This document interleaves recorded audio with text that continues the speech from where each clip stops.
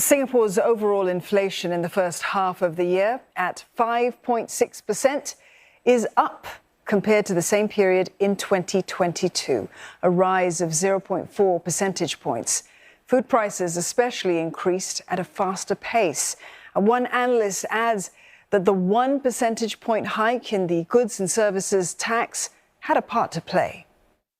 The main reason would be the GST hike, but obviously, I think there's also the progressive wage model that's being rolled out to a number of sectors, including food and food services. Food services prices is more sticky. So in that sense, that's the area that's perhaps inflation is slightly higher. Those in the middle income groups are one of the hardest hit during this period of persistent inflation. Risha Matthews speaks with one family who adapted their lifestyle to tide through. My name is Pristine. I'm staying with my parents and my grandfather and a helper. I'm self-employed, so my income fluctuates. My father works at a restaurant, and then for my mom, she is also a freelancer, so her pay is not so consistent as well. It really depends. Sometimes it could be around like 5K, sometimes it could be 10, or sometimes even on better months it could be 20.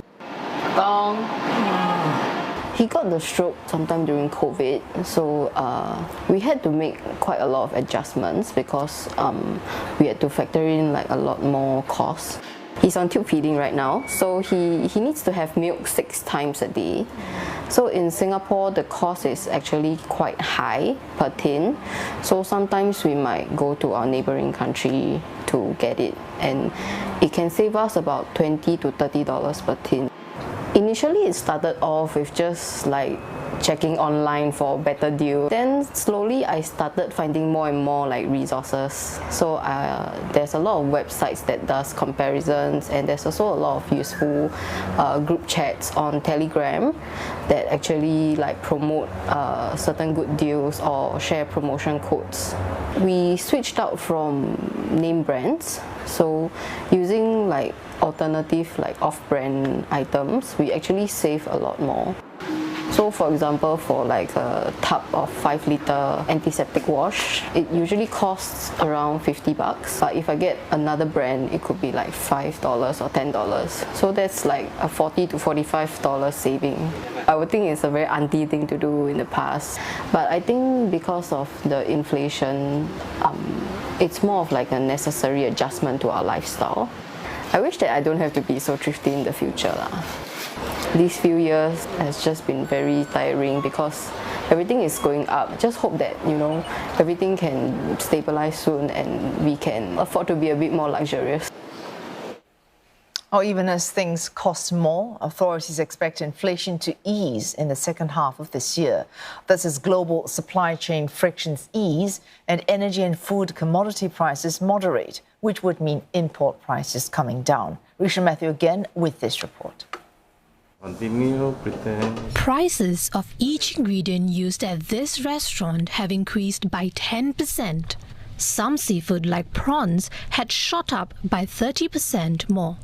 While it currently sources these ingredients locally, it's turning to overseas suppliers to manage costs. Now Singapore local supplier is ingredients is too expensive, so we try to looking for the Japanese supplier, and now Singapore dollar currency is very strong, so we can get more cheaper one. That's the result of 5 rounds of monetary policy tightening since October 2021. The central bank had allowed the Sing dollar to appreciate against other currencies, which helped to temper imported inflation. One analyst says these policy actions are starting to see effect. Global food prices starting to correct, and imported inflation started to ease off, and global commodity prices as a whole has corrected, and therefore, Singapore as a price taker is also seeing some relief in terms of inflation. Mr. Chua adds that domestically, the current tightness in the labour market will start to ease, along with a general slowdown in economic activity. Authorities expect these factors to bring down full-year headline inflation figures to between 4.5 and 5.5%, a whole percentage point lower than previously forecasted.